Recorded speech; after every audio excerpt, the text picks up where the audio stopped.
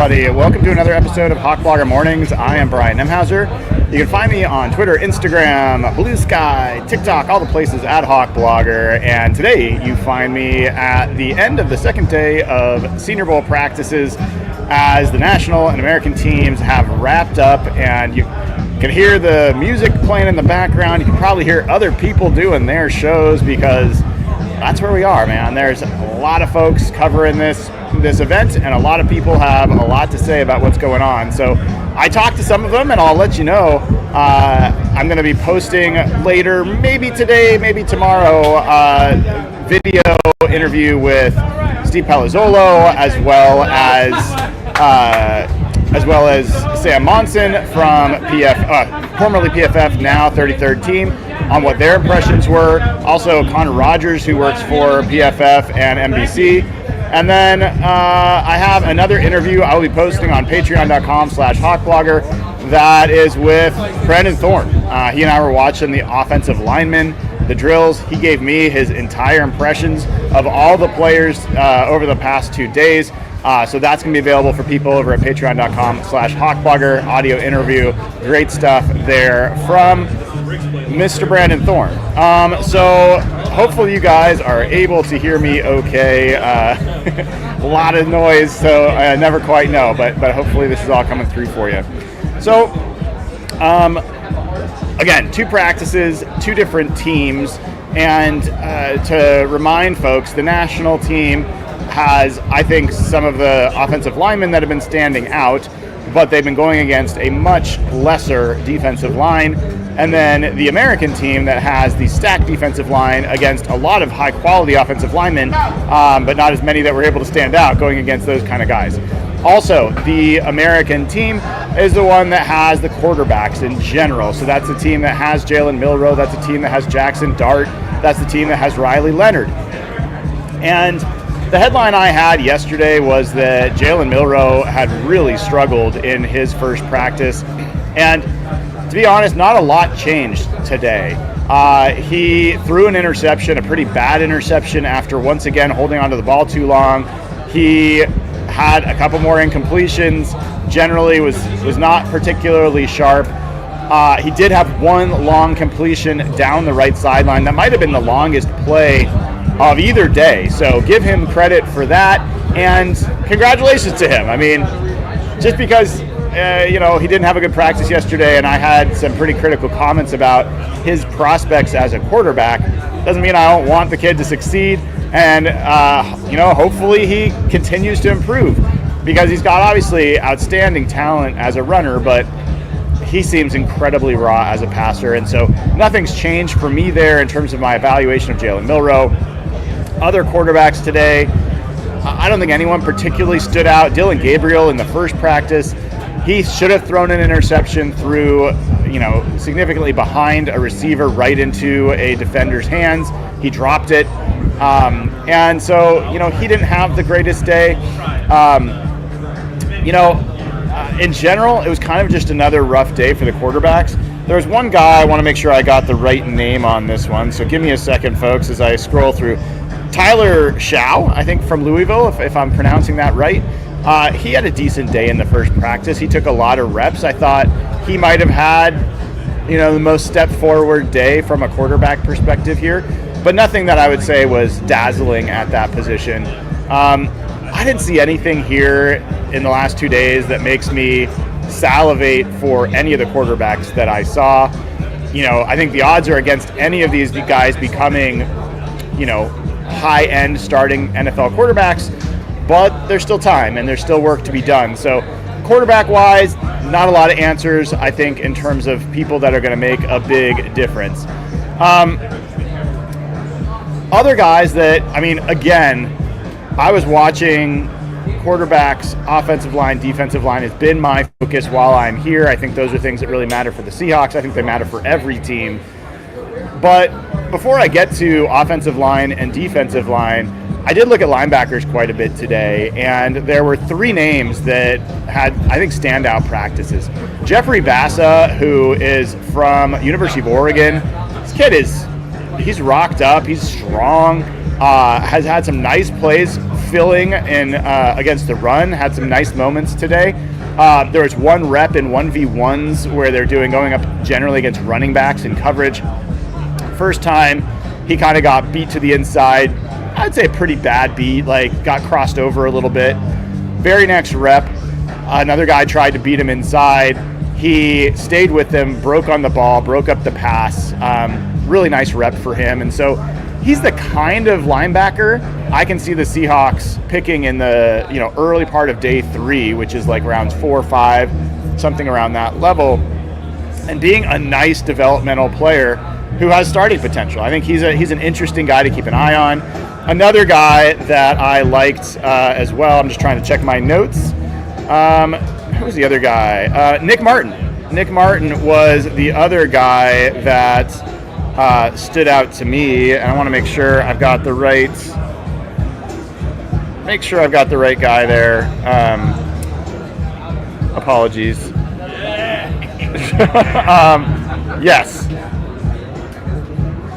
Yes, Nick Martin from Oklahoma State. He had a great rep in 1v1 drills, retreating on a deep ball toward the end zone, 40-50 yards downfield, knocked it away, wagged his finger at the receiver, got a lot of oohs and ahs from people in the stadium. So nice rep from him.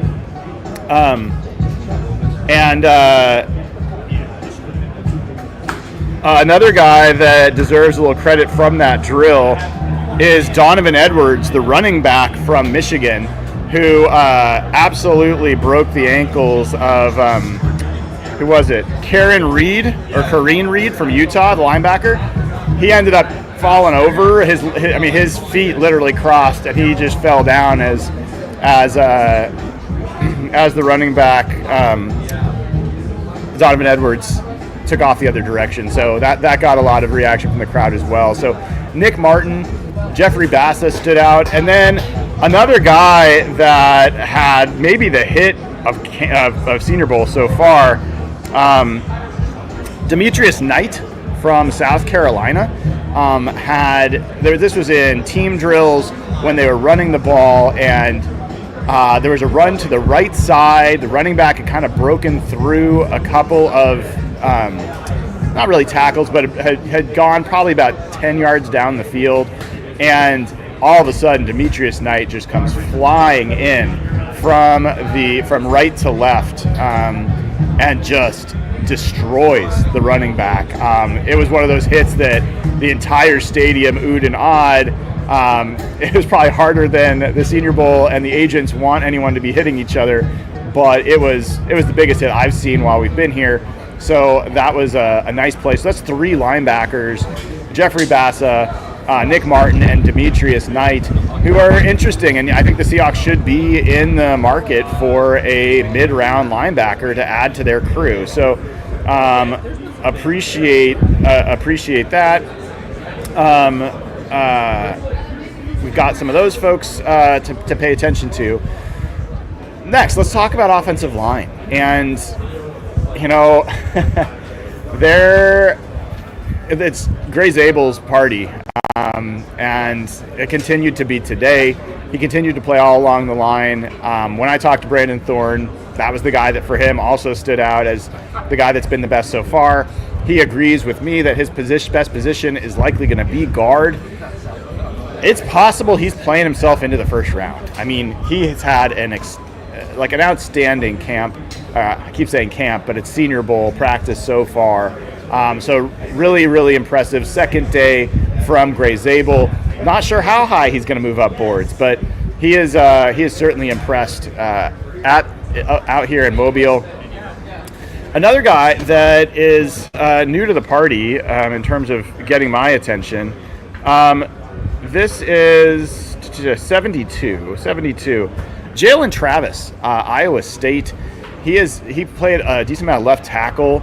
Big guy. I thought he had one of the best performances today in terms of 1v1s and holding up in pass protection. So really liked what I saw from Jaylen Travis. The Seahawks are not specifically in the market for a tackle, but he's the kind of guy that he might be he might be a day 2 player, but he might be an early day 3. And he looks like a nice prospect. Big dude. Had some really nice reps today. Other guys that kind of stood out, I continue to think Josh Connerly Jr. is not having a great set of practices so far. I don't think being here has helped him. They tried him at right tackle today. That was awful. He was beaten badly multiple times. They moved him back to left tackle. I think he got beat again. So Josh Connerly Jr., I mean, I do not think this was a particularly great set of practices for him. I already had questions about whether he's really fit to play guard. I just don't see what I need to see from a strength and build perspective to be able to survive inside. So not a great day again for Josh Connerly Jr. And then another bit of news, I should say, Deon Walker, who the big, massive 6'8", 350-pound defensive lineman, he left practice today with an injury, undisclosed injury. Did not look serious. He walked out under his own power. He looked disappointed. I talked to a few different folks today who have similar perspective to what I do, including Brian Baldinger, who, he's a really intriguing player from a size perspective, and you just don't give up on a guy that's almost 6'8" and 350 that can move the way he moves. But he is very top heavy. I'd say high cut is a better way to describe him. And he stands up immediately when he goes into rush. So I think his pad level is going to be an issue for him. And it's something that, I talked to Brandon Thorne about this a little bit. I think it's something that can be worked on, but it's an issue. I think it's going to keep him, almost certainly it's going to keep him out of the second round.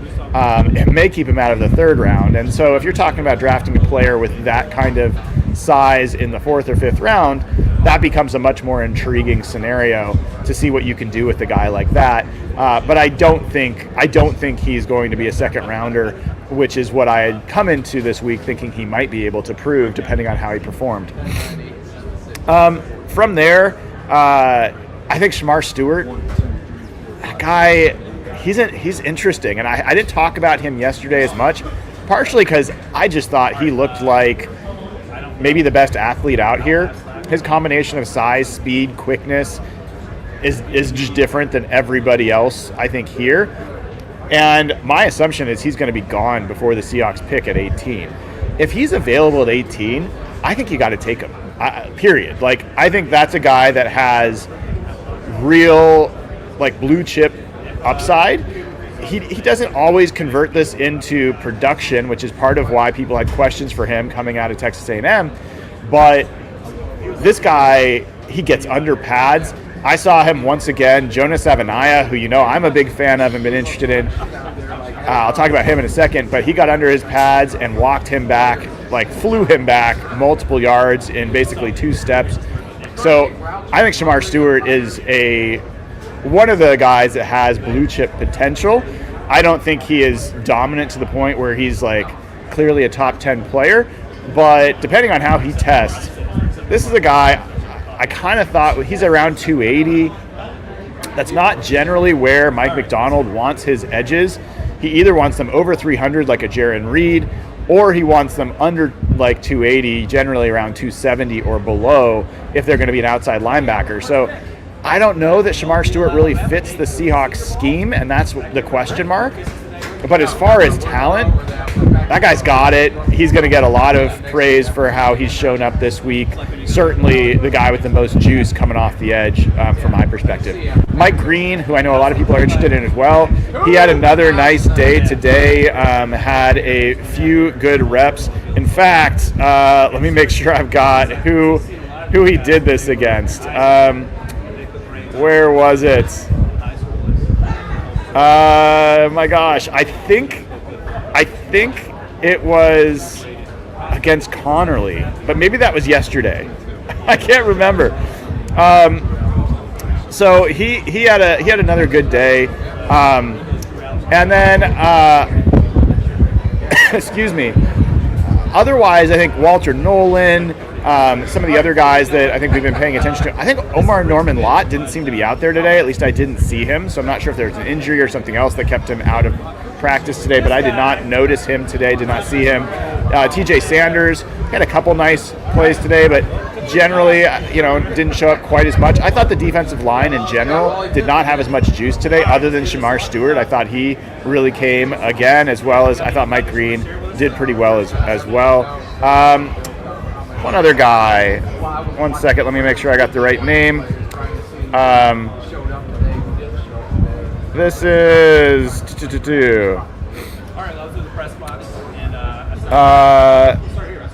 Darius Alexander from Toledo. He had a couple nice reps today, so had not seen him before. And then on the offensive line, a guy that showed up that had one of the most dominant reps today was Marcus Embo, who has played at Purdue. He's played at a number of spots along the line.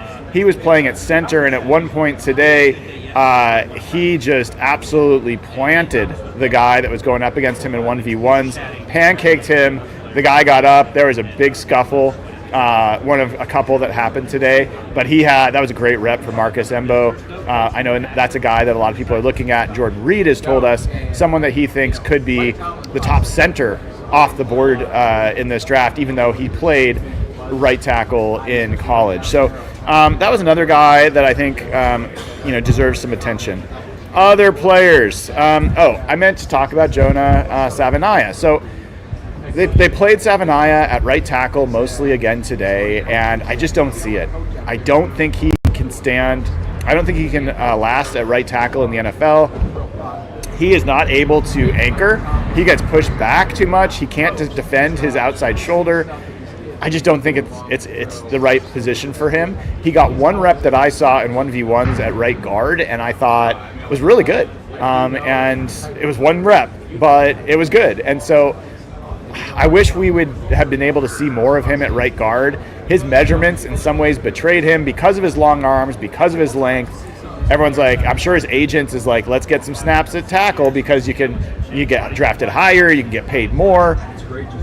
I think it did him a disservice in the end because I don't think anybody walked out of here thinking he's a tackle. And unfortunately, because he kept getting beat, he also doesn't have a lot of good tape to point to. So I think guard is the position that you really want to look at him for. I'm not out on JonasSavani, but I don't think he's going to be pushing the first round based on what he's done so far in Mobile.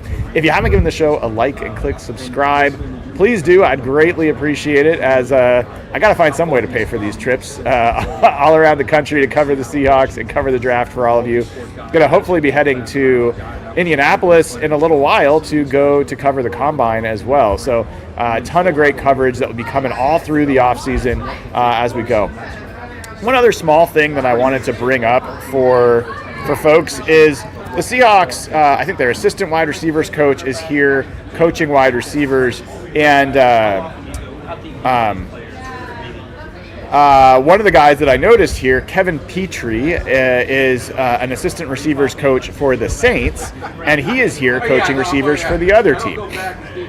So it'll be interesting to find out by next week who is going to be the receivers coach, who's coming with Clint Kubiak to Seattle, who's going to be staying in New Orleans.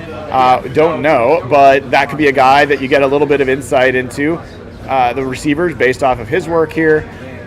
I will say I think that it's a fair guess that what's happening this week with Clint Kubiak is that he is making decisions about which coaches he wants to bring, and those coaches are making decisions about whether they want to come with him, as well as potentially who's staying. So I think all those decisions are getting made this week. I'm pretty sure there will be a press conference next week to introduce Clint Kubiak, where all of those decisions will be announced as well. With Mike McDonald and with John Schneider here, I don't think there's any chance that they'll be doing a press conference this week because obviously Mike McDonald will want to be there to introduce Clint Kubiak. So keep an eye out for that. My guess is that'll be the timing of when that occurs.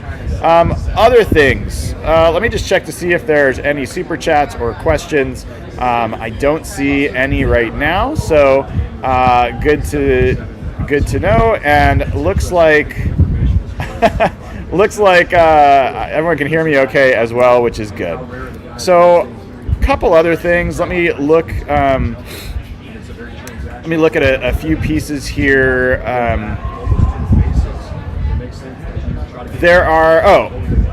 So Tez Johnson continues to be just a little water bug out here in terms of route running. Excellent route runner, really able to create separation whenever he wants to. That's a guy that people are going to have to count on him being Tank Dell, because there's just not a lot of guys at 155 pounds that can play in the NFL.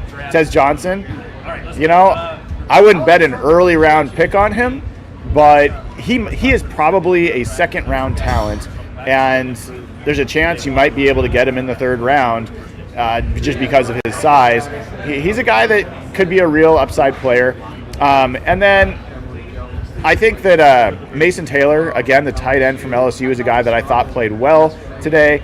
I continue to like Terrence Ferguson. He had a nice catch today. I think he's a better athlete than I gave him credit for, and I think is probably going to be moving up some people's draft boards.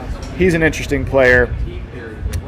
Let's see. Who else? Just looking through a couple other of my notes. Who was that? I think that's a different group. Jared Ivey, edge player, had some nice reps in 1v1. Didn't notice him as much yesterday, but I thought he was better today. Kyle Kennard from South Carolina, also an edge player, had some nice reps today. So, a couple good things from him as well. Let's see. Anybody else that I want to call out? No, I mean, generally speaking, I think you leave these practice with the last two days of practices, and I think Gray Zabel's a guy that's going to be the talk of a lot of teams. Which teams are going to be willing to take him highest is going to be a good question. I've heard people compare him to Graham Barton, who last year obviously went in the first round. I see a little bit of Dominic Pooney in him. I think that he's a little stronger than Graham Barton, but it's going to be really interesting to see. Apparently, I've heard that Gray Zabel's also done really well in team interviews. He's kind of ticking all the boxes. He may be moving himself into the first round. I don't think it makes sense to take a player like that at 18. If you could trade back into the 20s, he becomes a very logical guy. Wyatt Millam's a guy that I think I came in expecting to maybe have a Gray Zabel-like week. He's not had a great week. I thought he's been beaten a couple of times, and I have some real questions about whether he is probably more of a middle round selection than an early round selection, probably a day 3 guy based on what I've seen so far. Oh my gosh, there's the crew with some gifted memberships. Old School Seahawk, thank you so much for gifting 5 Hawk Blogger memberships. Very kind of Old School. He's been doing Venmo lately, which is really nice. Obviously, there's no YouTube cut that gets taken out of that, which is great. So anybody that wants to know Venmo, it's just Brian Nemhauser. You can find me, and you're always welcome to leave a tip, and I always appreciate it. But you don't need to. You're also just being here and hanging out fine as well. So thank you, Old School, for doing that. And then Bryce Coots, with what seems like a daily or multiple daily contribution, has gifted 10 Hawk Blogger memberships. Thank you so much, Bryce, for your continued attempts to help grow our community, bringing in more and more great people as we continue to figure out what the heck the Seahawks are going to do to make their team better this offseason. All right.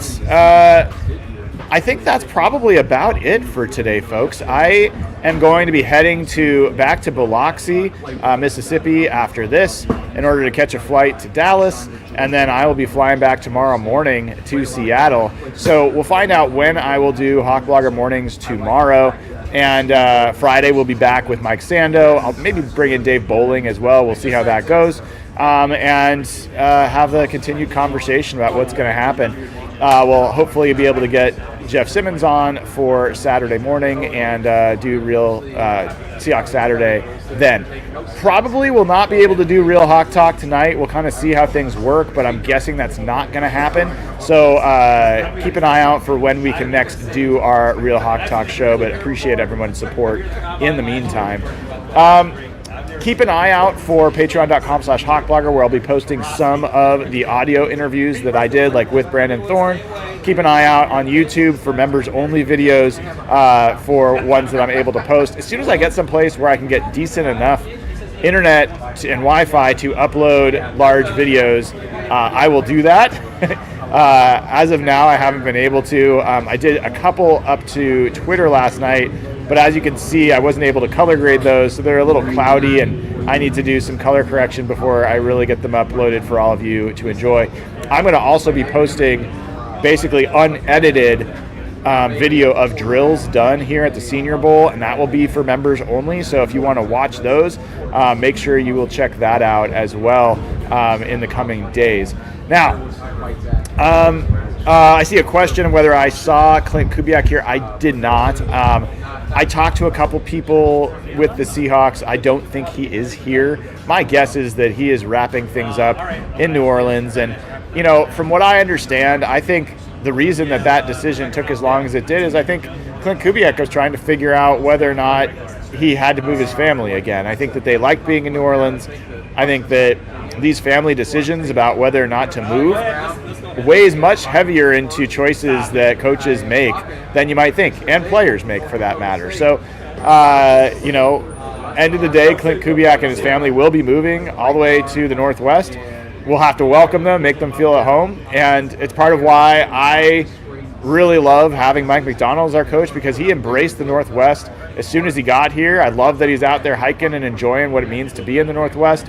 And, you know, you have to appreciate coaches, players who want to be in Seattle, because to be really honest, it's just not a place that everybody wants to be. We can love it, not everybody does. So really excited to meet Coach Kubiak, hopefully next week at the press conference. I'll be there to cover it, assuming that they won't kick me out. One last note, I was on with Brock and Salk this morning. I answered some questions about Senior Bowl from yesterday. This was before the practices today. Welcome to listen to that. They asked some good questions. We talked about off-season priorities and plans and how to approach them. So that was fun to be on with them. Hopefully it's something we'll get to do now and then. Certainly feel like those guys do a great job with their show. It's one of the podcasts I personally listen to all the time. I think I don't always agree, but that's part of what makes a good podcast, is hearing some opinions that maybe, you know, get your dander up and make you, you know, have a different point of view that you want to express. So appreciate going on with them. Make sure you check that out over at Seattle Sports. That should be up already for you if you want to check out that podcast. All right, everybody.